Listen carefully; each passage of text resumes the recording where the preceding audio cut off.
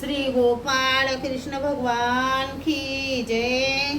लीला number 141चा उर्वरित भाग।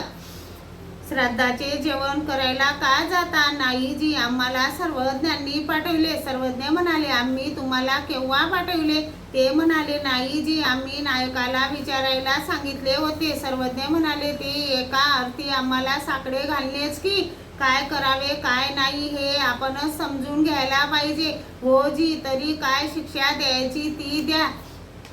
सर्वज्ञ म्हणाले, राजमठावरून उड्या घाला। सर्वज्ञ जास्त उड्या म्हणायचे, ते मात्र थोड्या म्हणायचे। असे 25 उड्या घालायचे ठरले। सर्वज्ञ म्हणाले, मागे पाय लागू द्यायचे नाही व जमिनीवर हात ठेवायचा नाही।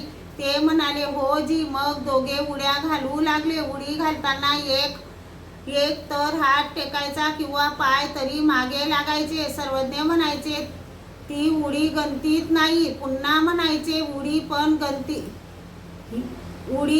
गणतीत नाही। अशा रीतीने दुप्पट उड्या घातल्या गेल्या, परंतु एकही उडी गणतीत बसली नाही। मग बाईसा म्हणाल्या, यांनी पुष्कळ उड्या घातल्या, परंतु सर्वज्ञांच्या गणतीत एकही उडी आली नाही, तरी दुसरी कोणती तरी शिक्षा द्या।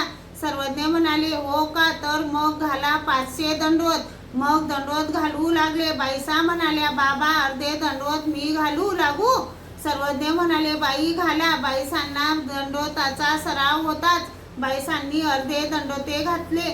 त्यांनी दोघांनी मिळून 250 दंडवते घातली। अशा प्रकारे सर्वज्ञांनी ते श्राद्धाचे अन्न पचविले। सर्वज्ञ म्हणाले, काय हो, भूक लागली का?